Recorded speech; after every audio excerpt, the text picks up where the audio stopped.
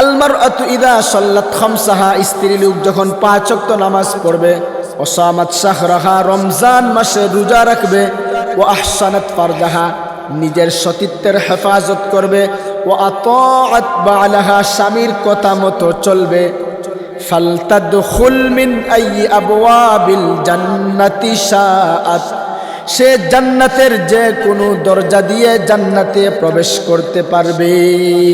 মাত্র 4টা জিনিস: 5 ওয়াক্ত নামাজ পড়া, রমজান মাসে রোজা রাখা, নিজের সতীত্বের হেফাজত করা, স্বামীর কথা মতো চলা। এই 4টা কাজ করলে, যেই স্ত্রী লোক এই 4টা কাজ করবে, যেই মহিলা এই 4টা কাজ করবে, তার জন্য রয়েছে জান্নাত। সে জান্নাতের যে কোনো দরজা দিয়ে প্রবেশ করতে পারবে। নেককার দিনদার স্ত্রী আল্লাহ তাআলার কাছে চেয়ে নেওয়া উচিত। এই ব্যাপারে আমরা কয়েকটি কথা শুনব। 1 নাম্বার, বিয়ে করার সময় নেককার দিনদার স্ত্রী দেখে বিয়ে করা। সহিহ বুখারী শরীফের 5090 নম্বর হাদিস। আন আবি হুরায়রা রাদিয়াল্লাহু আনহু قال, হযরত আবু হুরায়রা রাদিয়াল্লাহু আনহু থেকে বর্ণিত, তিনি বলেন, قال রাসূলুল্লাহ সাল্লাল্লাহু আলাইহি ওয়াসাল্লাম, আল্লাহর রাসূল বলেছেন, তুনকাহুল মারআতু লিআরবাইন, কোন মহিলাকে বিয়ে করা হয় 4টি জিনিস দেখে: লিমালিহা, তার সম্পদ দেখে; ওয়ালি জামালিহা, তার রূপ সৌন্দর্য দেখে; ওয়ালি হাসাবিহা, তার বংশ মর্যাদা দেখে; ওয়ালি দীনিহা, তার দিনদারি দেখে। কোন মহিলাকে বিয়ে করা হয় 4টি জিনিস দেখে: তার রূপ সৌন্দর্য দেখে, তার সম্পদ দেখে, তার বংশ মর্যাদা দেখে, তার দিনদারি দেখে। রাসূল বলেন, ফাজফার বিজাতিদ দ্বীন, তুমি দিনদারিকে প্রাধান্য দিবা। মেয়ে দিনদার পাশাপাশি সম্পদশালী, মাশাআল্লাহ। মেয়ে দিনদার পাশাপাশি রূপ সৌন্দর্য অনেক ভালো, মাশাআল্লাহ। মেয়ে দিনদার পাশাপাশি মেয়ের বংশমর্যাদা ভালো, মাশাআল্লাহ।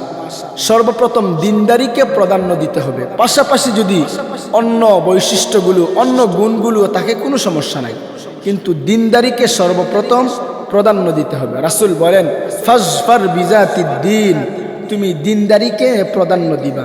তারিবাত ইয়াদাকা, যদি বিয়ের সময় দিনদারিকে প্রাধান্য না দেও আর বিয়ের পর কোনো সমস্যা দেখা দেয়, তাহলে তুমি নিজেকে ধ্বংস করলে, নিজের বিপদ ডেকে আনলে। এজন্য 1 নাম্বার হলো বিয়ের ব্যাপারে দিনদারিকে প্রাধান্য দেওয়া। 2 নাম্বার, পৃথিবীর মধ্যে শ্রেষ্ঠ সম্পদ হলো একজন দিনদার নেককার স্ত্রী লাভ করা। সহিহ মুসলিম শরীফের 1466 নম্বর হাদিস।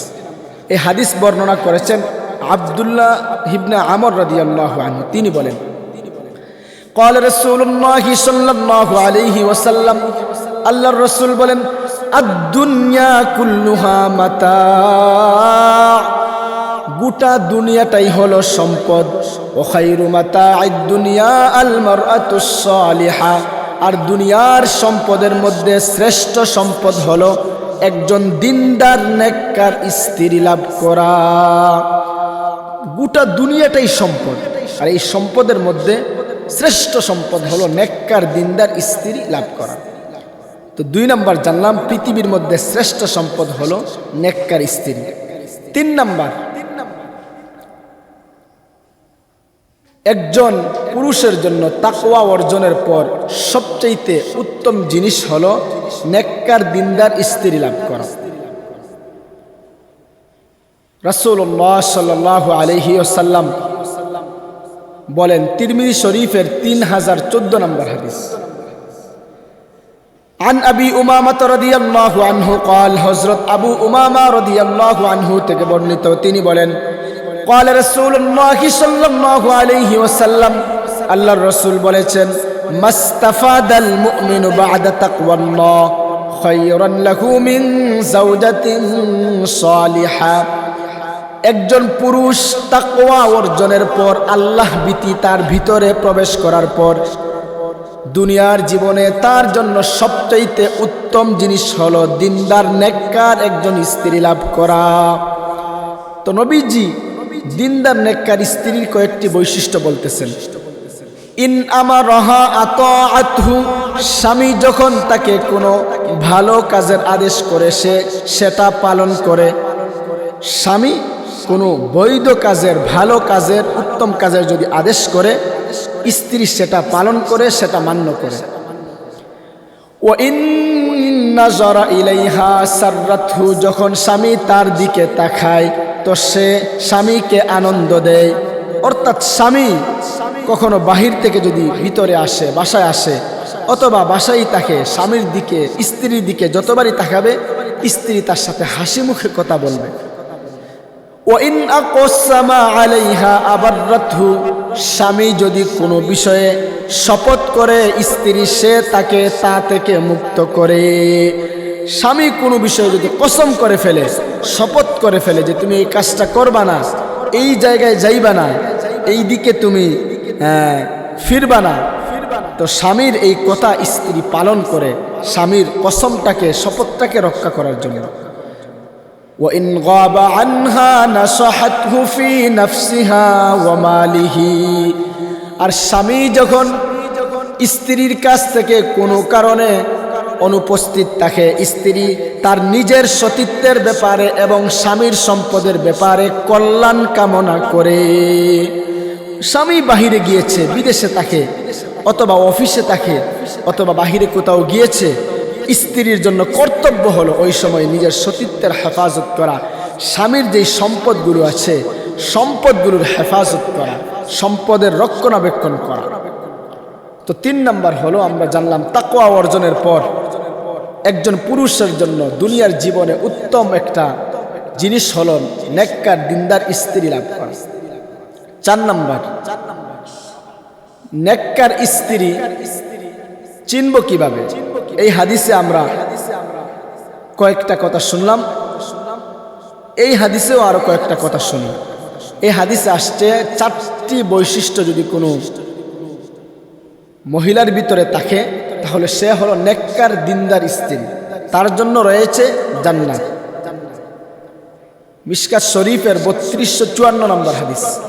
আন আনাস রাদিয়াল্লাহু আনহু قال, হযরত আনাস রাদিয়াল্লাহু আনহু থেকে বর্ণিত, তিনি বলেন قال রাসূলুল্লাহ সাল্লাল্লাহু আলাইহি ওয়াসাল্লাম, আল্লাহর রাসূল বলেছেন, আল মারআতু ইযা সাল্লাত খামসাহা ওয়া সামাত শাহরাহা ওয়া আহসানাত ফারজাহা ওয়া আতাআত বা'লাহা, স্ত্রী লোক যখন 5 ওয়াক্ত নামাজ পড়বে, স্বামীর কথা মতো চলবে, নিজের সতীত্বের হেফাজত করবে, বিশেষ করে স্বামীর কথা মতো চলা।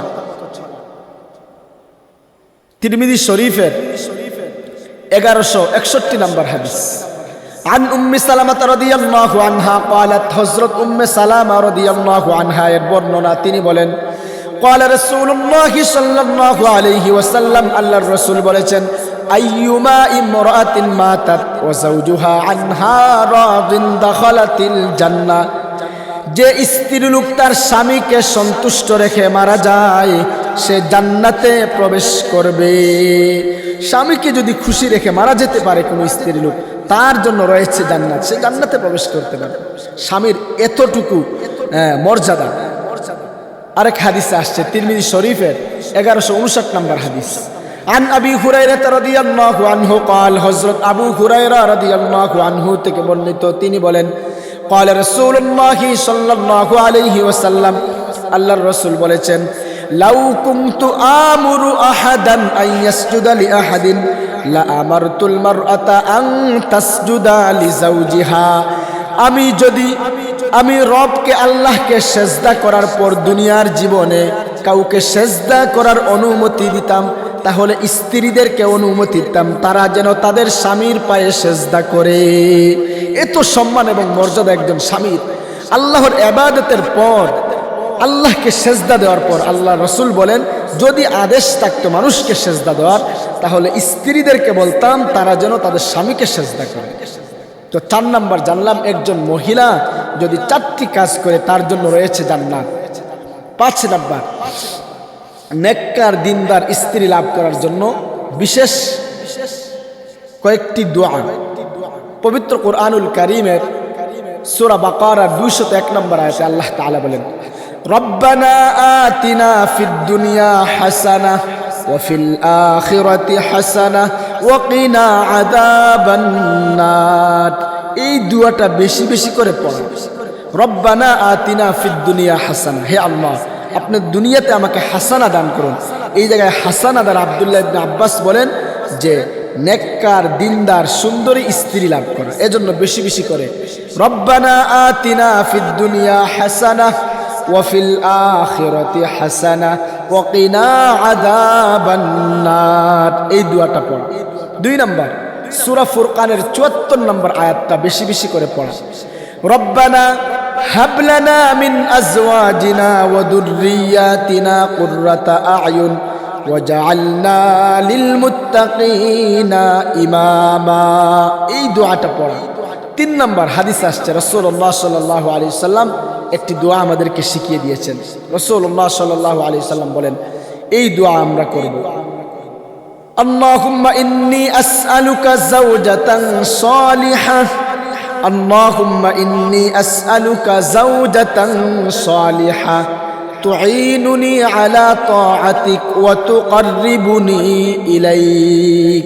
এই 3টা দোয়া নেককার দিনদার স্ত্রী লাভের জন্য বেশি বেশি করে করা। 1 নম্বর রব্বানা আতিনা ফিদ দুনিয়া হাসানাহ ওয়া ফিল আখিরাতি হাসানাহ ওয়া কিনা আযাবান নার। 2 নম্বর রব্বানা হাব লানা মিন আজওয়াজিনা ওয়া যুররিয়াতিনা কুররাতা আ'য়ুন ওয়াজআলনা লিল মুত্তাকিনা ইমামা। 3 নম্বর আল্লাহুম্মা ইন্নী আসআলুকা যাওজাতান সালিহা তুঈনুনি আলা তাআতিক ওয়া তুকাররিবুনি ইলাইক। তো আমরা পৃথিবীর জীবনে নেককার দিনদার স্ত্রী সম্পর্কে কয়েকটা কথা শুনলাম। 1 নম্বর আল্লাহ তাআলার কাছে নেককার দিনদার স্ত্রী চেয়ে নেওয়া উচিত। 2 নম্বর পৃথিবীর মধ্যে শ্রেষ্ঠ সম্পদ হলো নেককার দিনদার স্ত্রী। 3 নম্বর একজন পুরুষের জন্য তাকওয়া অর্জনের পর সবচেয়ে উত্তম জিনিস হলো নেককার স্ত্রী লাভ করা। 4 নম্বর যে মহিলার মধ্যে 4টি গুণ থাকবে সে হলো দিনদার মহিলা। 5 ওয়াক্ত নামাজ পড়া, রমজান মাসে রোজা রাখা, নিজের সতীত্বের হেফাজত করা, স্বামীর কথা মতো চলা, তার জন্য রয়েছে জান্নাত। 5 নম্বর নবীজির শিখানো 3টি দোয়া। আল্লাহ তাআলা পবিত্র কুরআনুল কারিমে 2টি দোয়া শিখিয়ে দিয়েছেন, আর নবীজি হাদিসে 1টি দোয়া শিখিয়ে দিয়েছেন। এই 3টি দোয়া বেশি বেশি করে করা। আল্লাহ রাব্বুল আলামিন আমাদেরকে তৌফিক দান করুন।